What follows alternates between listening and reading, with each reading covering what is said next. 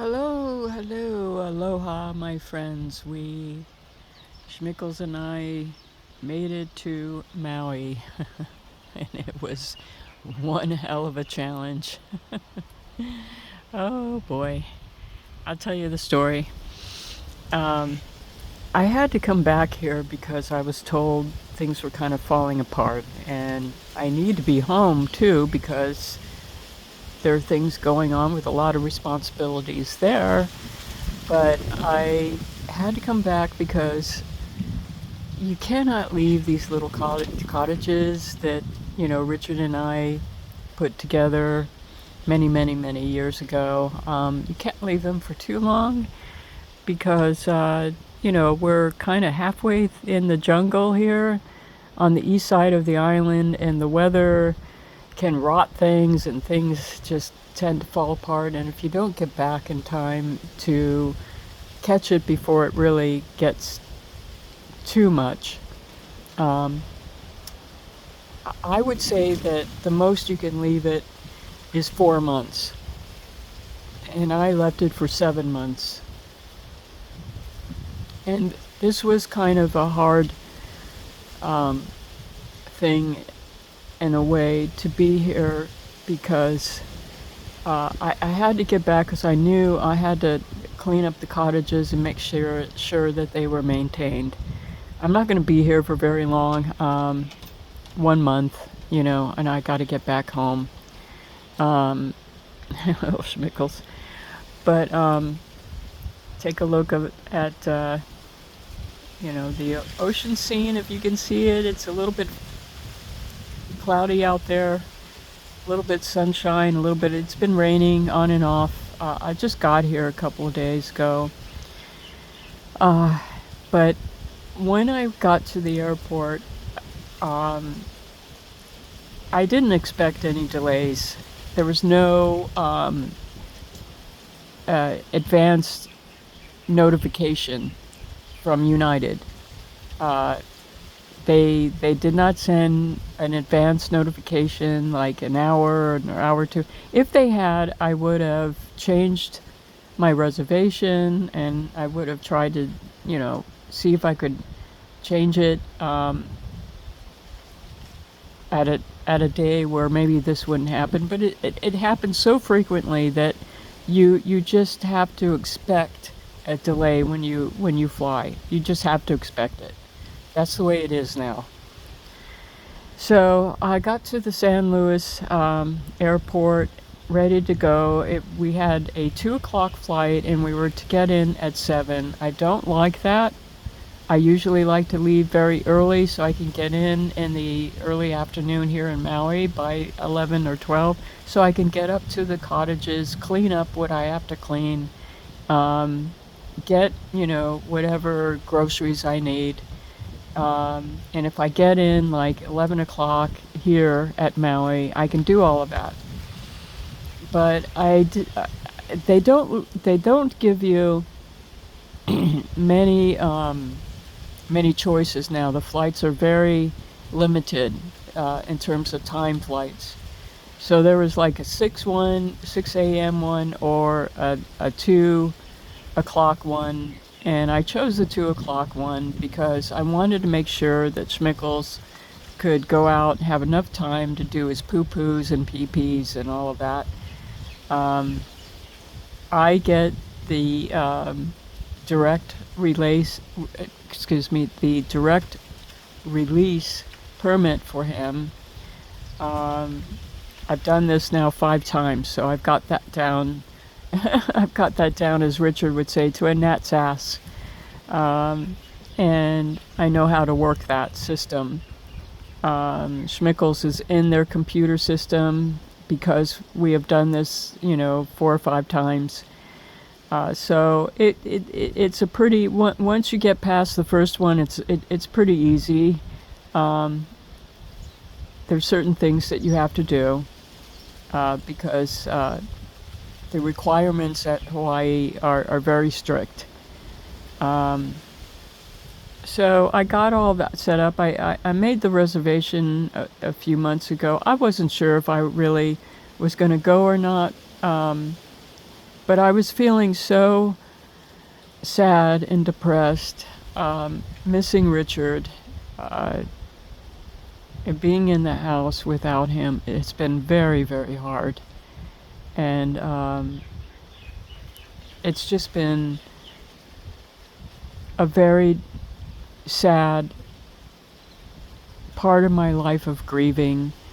And we're coming up to the 8th month. And I have never been, when I used to come over here, I wanted Richard to come over, but he just didn't want to travel anymore. He had a hard time. The last time he went,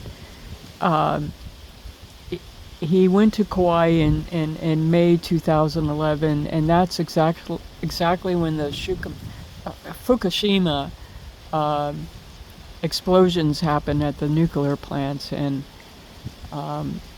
he says that there was a nuclear plume that came over and he got affected by it. And I swear, I wonder if that's what killed him. Because he never wanted to come back, and that's not Richard. He always wanted to go. When allergies came up in May, he would always go over to Hawaii when the allergies would come up, and I would come and join him, or else, I would go with him. But he never wanted to go back after that horrific experience that he had, where he got, very, very sick. And he said it's either Denji's, he could have had a combination of the plume and Denji's, the mosquito thing, Denji's something, I forget what it's called, but I think he ended up with both. And it blew him out so badly that he never wanted to go back again. So as much as I have tried to tell him, I've got everything set up here, Richard and Maui, come with me, come join me, he just didn't want to go. And anyway, I went off on a tangent there, but I have now tried to keep things maintained here without him. And that started, back in 2011. He didn't want to come back, so I would have to come back by myself, and I would fix up the cottages. I did the repair work. I did the restoration work on the cottages, and he was so proud of me. But, what makes me so sad is this is the first time I've come over to Maui where I haven't had him there by my side, so to speak, through, telephone messages. I mean, we would call each other all the time. Whenever I came here, I mean, we must have talked on and off. We talked all the time on the phone. Whenever I came over here, I'd tell him everything that was going on. I'd give him the update, and, we'd always have a time during the night when we would talk together. And this is the first time that I've been here where I can't call him and ask his advice about this or that. That part of it is very sad, and it's also what is very heartbreaking for me. And I knew what I was walking into. Not nearly as bad as walking into the house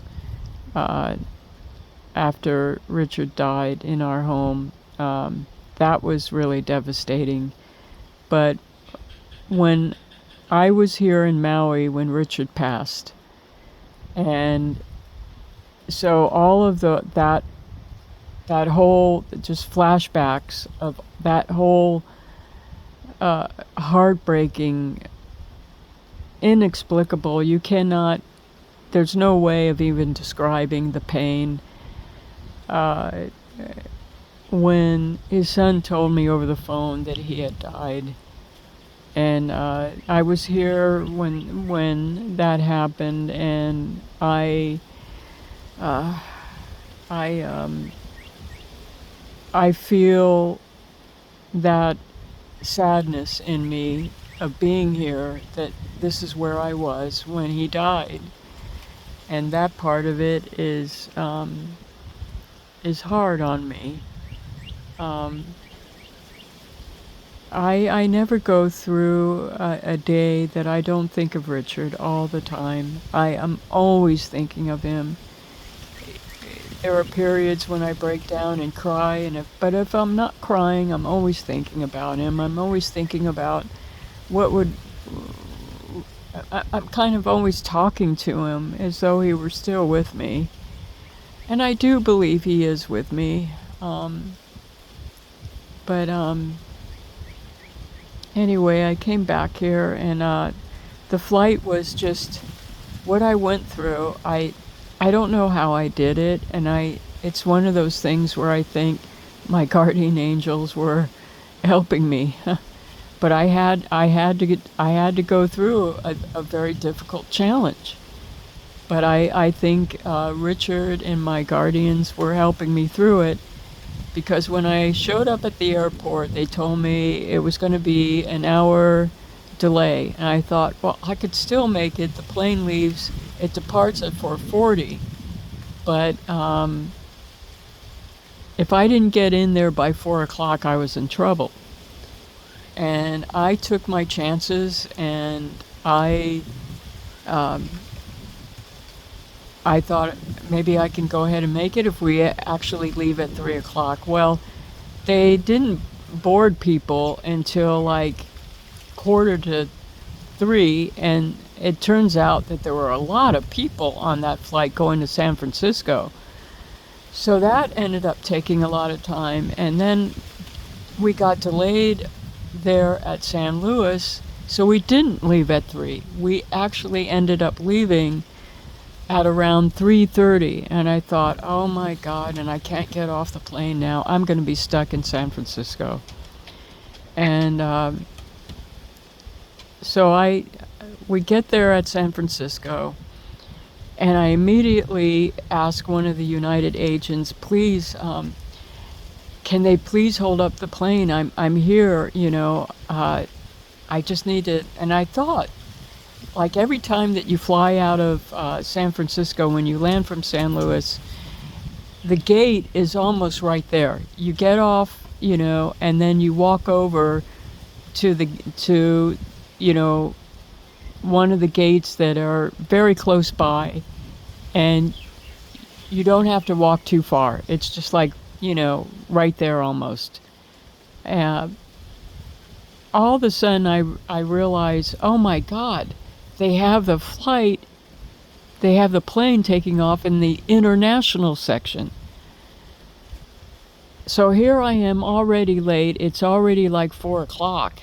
And I talked to the agent and I said, please, can you call them to hold it up that I'm coming? And she said, it's a 30-minute walk to get from here to there. And she says, I don't know, maybe you might make it. I said, I'm going to chance it. Please tell them to hold it up. So I had my dog with me and a suitcase. It was on rollers, but it was still kind of heavy.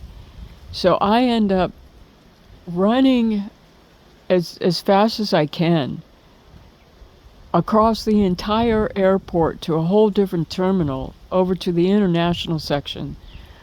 I had to go not only run, but I had to go down a whole bunch of steps and go up a whole bunch of steps twice.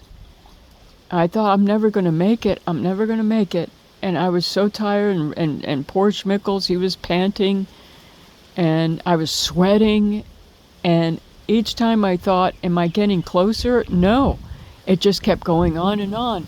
It was at this gate F. Gate F is the last one in international airport. You have to not only get to the international airport, but the gate F was the last one. You have to keep going and keep going and keep going. And I went round and round, down steps, upstairs, round and down and over, running, over. I mean, it was like a marathon. And I thought, I'm not going to make it, and if I don't make it, I'm just going to go home. And somehow, when I got to the gate, I ran up, and there was the United gal standing there, and I said, "Oh my God, they didn't leave yet, did they?" She said, "No, we've been waiting for you." And we actually got it. They actually waited for me to get there, and we made it. And then once I got there, I I was I had my miles.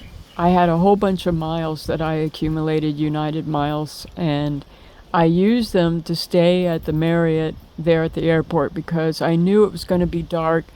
I didn't want to drive a rented car up. It's a long way up from Kahului up to Walo, a long way up. And I didn't want to do it at dark, so I used my miles to reserve a room. There's no way I would ever pay that much. They want like they wanted like $400 overnight, and I said, "Fuck that! I'm not gonna pay $400." And I used my miles, so that worked out. But when I got in the room, I mean, it was okay, but I was really surprised at the Marriott. I mean, this is a Marriott. It's fairly new, but I thought to myself, $400 for this. It was like a Motel 6. It was like, I was so surprised that they didn't have a more upgraded kind of,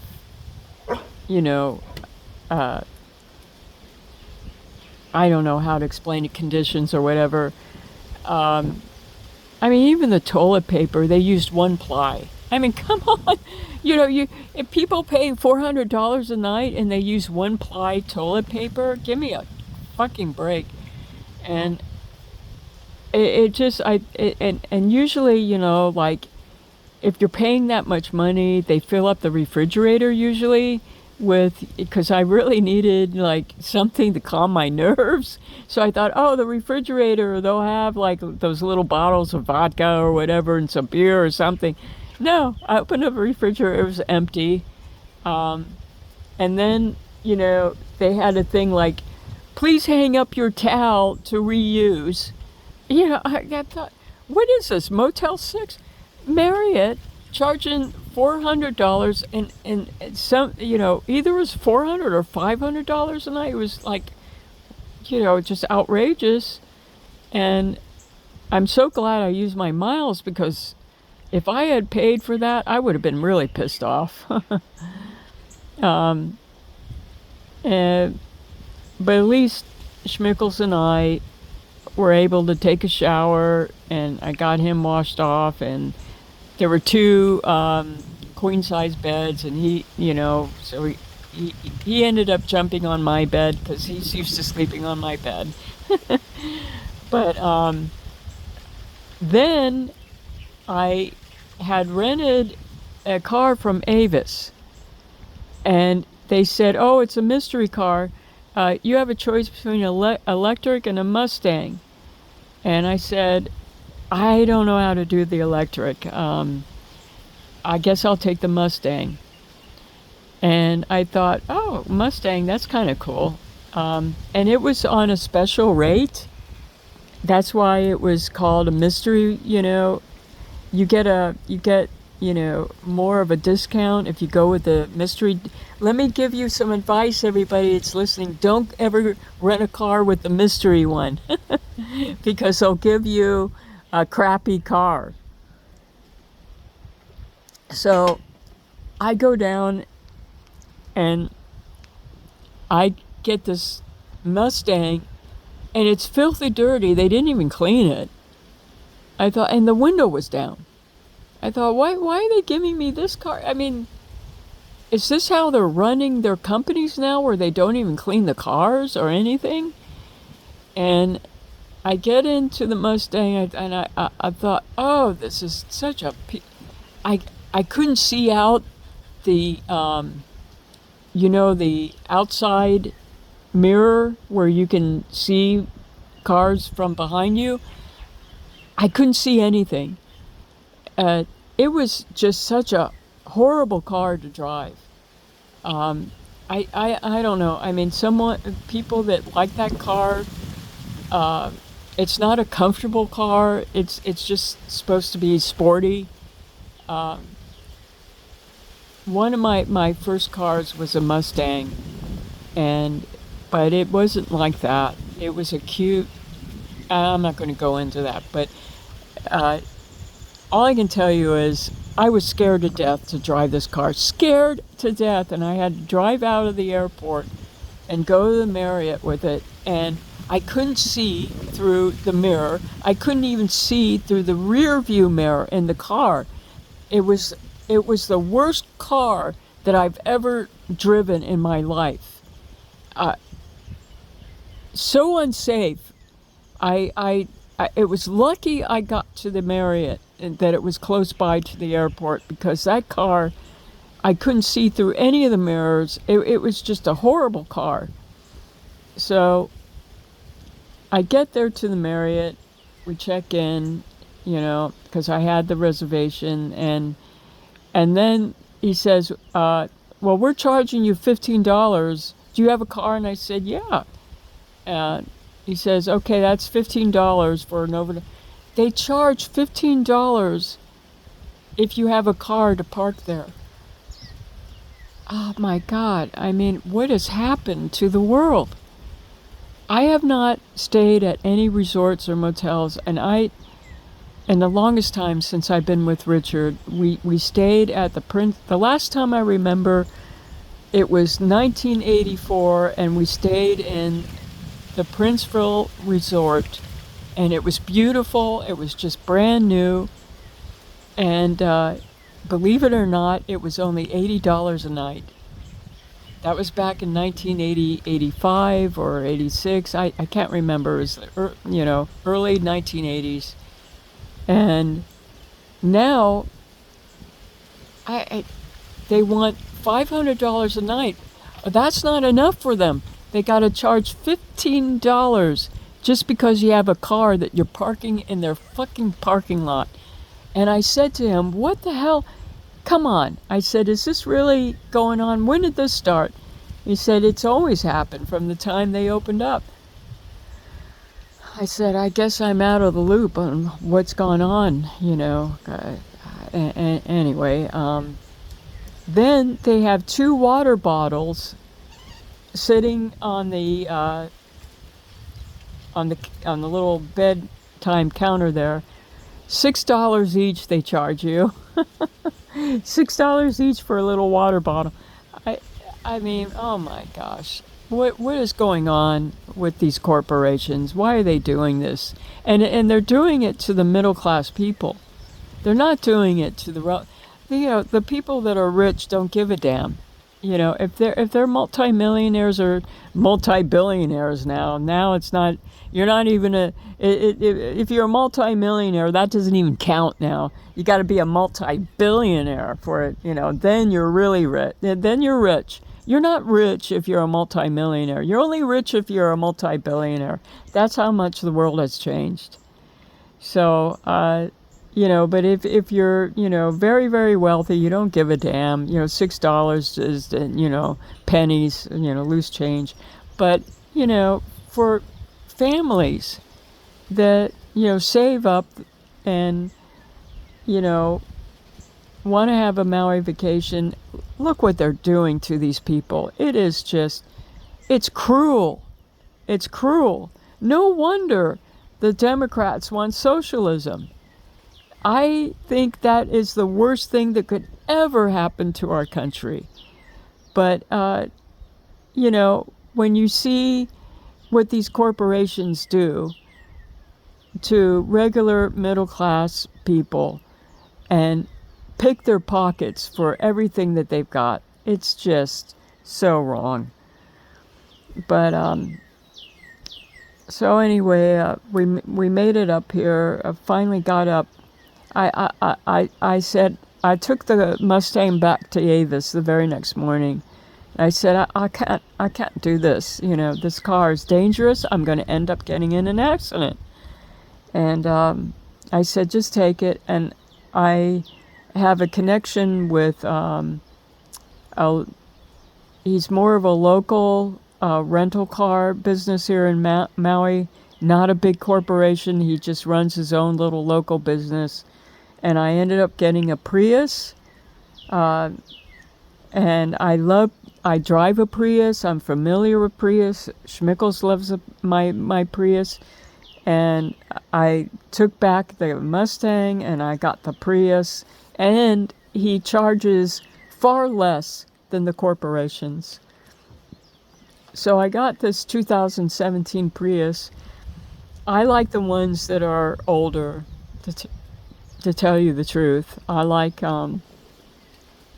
my 2006 one. It's beautiful. But, this one's okay. It's great, and it saves a ton of I'm still brain dead from everything that happened. It saves a ton of gas, and I'm happy with it. But, yeah, so we're here in Maui, and I'm just saying my prayers to Richard. Every day I tell him how grateful I am, because there's no way any of this would happen without him. No way. I just love him so very much. And one of my main prayers that I say to him is, please, please, please, don't reincarnate. Wait for me. Please wait for me to when my time comes. Wait for me so I can be with you when my time comes. That's one of my nightly prayers, that please don't leave me, because I don't know what Richard's, I don't know what his soul destiny is. I don't know if God has plans for him to reincarnate again, or whether God has plans to advance him to a higher plane, which I believe is the case, because he's so advanced. He's such an involved soul. I can't imagine that he'd have to reincarnate again. I think that he worked everything out in this life, and I think God has him in a special place where he is helping other souls. And I want to be with him, and I just tell him, please wait for me, and please come to me when my time comes. When I leave my body, please be there for me. That's one of the things I keep praying for. That, they say you have your greeters. There are people that love you that come. You're never alone when you die. You're never alone. You're never alone through life, and I know this. I know that my guardians and Richard were helping me cross that airport all the way to the international side. I know they were helping me, because I said, Richard, you got to help me. You got to help me get there, because if I don't make this flight, then I don't want to wait for another one. There was another one at 7 o'clock, and they told me I could take that one. I did not want to take that one. I didn't want to put Schmickles through all that time waiting at the airport, and then, another 5 hours on the flight. I just couldn't do that to him. That was the main reason why I wanted to catch the flight. I wouldn't have cared if it was myself, if I had to take the later flight at 7 o'clock. But with Schmickles, I could not do that, because he can't go into the bathroom and pee. You know what I mean? And I could not do that to him. So I said, please get me to this flight, because I can't do that to Schmickles. And I think my guardians helped me on that. So this has been a very interesting story. I see some rain coming in off the sea. You see all that gray there? That means it's coming in. All right. Have a good one, everyone. Just wanted to give you a catch up. And Schmickles is very happy. He had his little chicken and kibble dinner. And he's doing fine. And I thank God that he's with me. And, I wanted to end by telling you, Richard was the one that told me to get a dog when I was here during COVID, because I was so sad and lonely. And I think it was a premonition on his part. I think that he knew that he was going to be departing and going back to God, and he probably thought, Jackie's going to be by herself. I can't let her be by herself. I got to tell her to get a dog. And I got this dog when I was here in Maui during COVID, and he told me, go get a dog. And I said, Richard, that's kind of a crazy idea, isn't it? I mean, we're supposed to, we're going to be going back and forth. You're going to go with me, aren't you? Blah, blah, blah. I thought he was going to be able to come with me back. But, anyway, I don't know what I'd do without my Schmickles. He's my best friend and my companion through all this. So thank you for listening, and I will keep you posted. And Schmickles says hello.